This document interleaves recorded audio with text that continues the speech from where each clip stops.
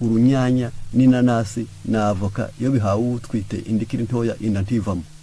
yarangiza bikagucika ntubyibuke bitewe n'uko ubwonko bwawe bwibagirwa yarangiza ugasanga umuntu yasamye ari umukobwa wawe ari umuhungu wawe umukazana wawe yarangiza ntumubwire ibyo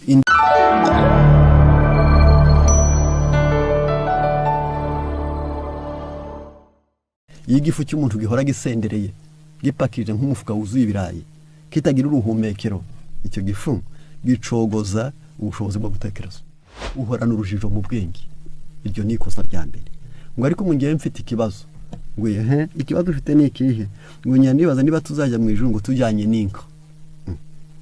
tangaza ko turi kwisize ngo tugoboka mu ijuru tuzatujyanye ngo ziye kutugoboka kugira ngo tuzaremesha isoko se gufata imyanzuro bikakugora y'ugwaye igifu souvent irritable inshuro nyinshi ukunda kwivumbura ubusabusa dire uba nabi injuste kubeshya ntibikugora y'ugwaye igifu rero wumve ko ugifashe nabi ukarya uryagaguye ukarya ukarenza mbiga ukarya ninjoro ukarya ibikakaye gusa ukarya ibivanzi bitavangwa yarangiza ukarya bitaragenewe ninjoro ukabirya yarangiza ukarya washonje kubwirwa kenshi kurya ntuhage ibyo byose uri gufata igifu nabi abantu benshi cyane batazi ko umuntu uyishe aba yishe benshi ariko kwirinda none se gutekereza ko biramutse bakubwiye buno bakubwira bati urunyanya n'inanasi na avoka iyo bihawe utwite indikiri ntoya inda ntivamo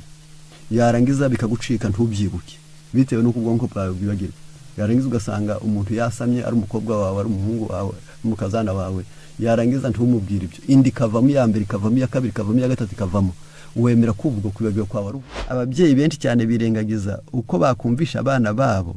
akamaro k'igihe cyo kurya n'uburyo bwo kurya n'ibyo kurya bakwiriye kurya ku munsi w'urubanza ababyeyi bazabazwa byanze bikunze irari ry'abana babo ridatangirirwa kwifuza kwabo kutagira gahunda ndetse si ibyo gusa abavutse ari ibipfamatwi abavutse ari impumyi abavutse ari ibirema n'abavutse ari ibigoryi ababyeyi bazababazwa inzabibu zituma umwijima utarwara inzabibu zigatuma amaraso y'umuntu yiyongera inzabibu zigatera amahoro mu mutwe kubw'ibyo ku buryo n'igogora rigenda neza bitewe inzabibu kuko iyo kintu cyongereye amaraso feri bayiyongereye uko wakira umwuka uko igogora ritambuka gusinzira neza kuraza ku bwa feri yarangiza niyo mpamvu ya wari uzi ko hari n'abantu barota bakarota bapfuye uwo munsi mu gitondo akajya guhinga ngo mbe nimfa sinzabisiga uko nari narose napfuye se ubuse hari kuya ubwo inzozi zonyine ubwazo zikamukura ku kivi cy'uwo munsi yahura n'umuntu azinkuramutse narose urukunkubita iyo ubonye ukabona abana ntibamenye guha agaciro bababyaye ukabona umukobwa araje ageze mu rugo abaye umukazana asuzuguye nyirabukwe yikoreye wa muhungu mu nda arangije aramubyara aramuheka aramurira kandi aramuvuza aramwigisha umuhungu yajya guhembwa arangije lisanse afite akazi keza kamuhemba 300 akajya guha nyina agafuka k'umuceri yihishe yarangiza ati amafaranga ari heko nabonye kuri konti nkabura amafaranga atari 300 atari ibyo nakoze ati mbwira aho agiye ati mama namuguriye agafuka k'umuceri ati rero atabagura bintu ntabwo uzabashobora ubwo na nyirabukwe abaye umugore nkaho nyirabukwe umuvumbishije aho umukobwa ari kubona ari uri kuvumbisha nyirabukwe Yesu nagaruka umuntu azamurika umubiri we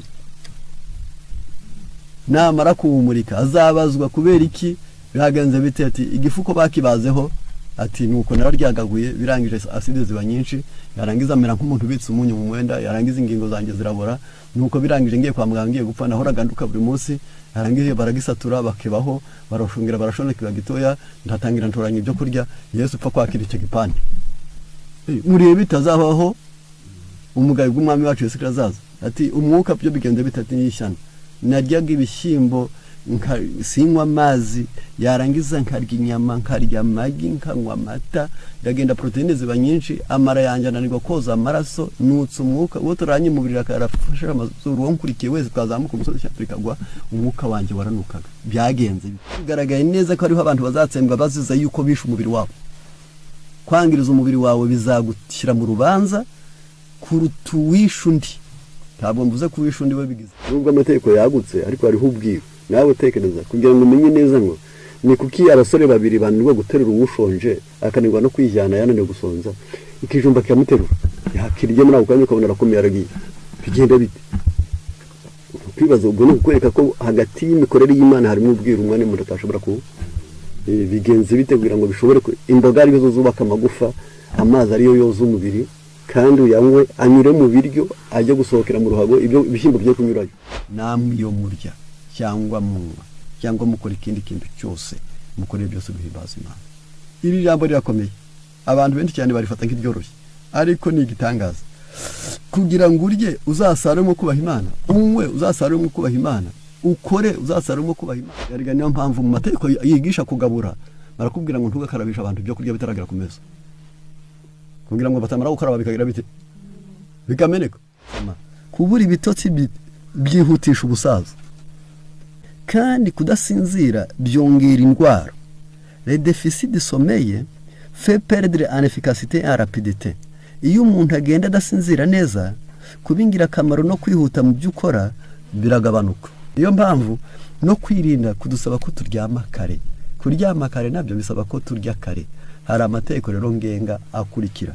Tugira ngo dusinzire neza nijoro bisaba ko turya kare, ni ukuvuga ngo izuba rikiboneka tugomba kurya. Kabiri, tukarya bike. Gatatu, titubwira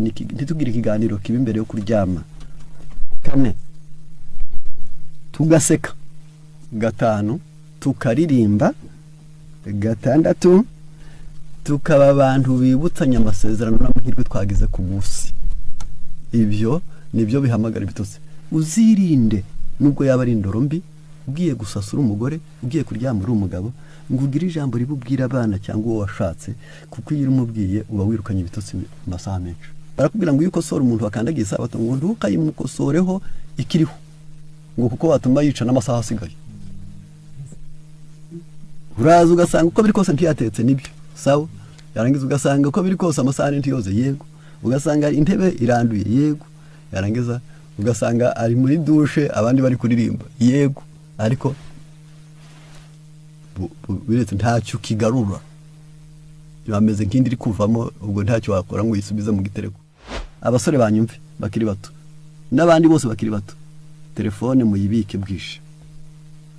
kugira ngo mwe muretse kuyireba, kuko ekara umucyo uva muri yo iyo ukubitanye n'amaso n'amatsiko bigahurirana ibitotsi biragenda, kandi ubwo bigenze ubuzima buzatandama. Mu gitabo cyitwa Twebwe n'Abana Bacu 138 haratubwira ngo amasaha 60 mu cyumweru y'umusore batuma atera icyizere mu buzima y'ibitotsi. Iri shami ryo kwirinda mu mirire no mu minywere dufite impumye 3. N'abatazi icyo bitwaye, n'abayoboye abandi batabizi, n'imiryango itabizi, n'abantu mbarwa bake cyane baba bazi kw'ibyo barya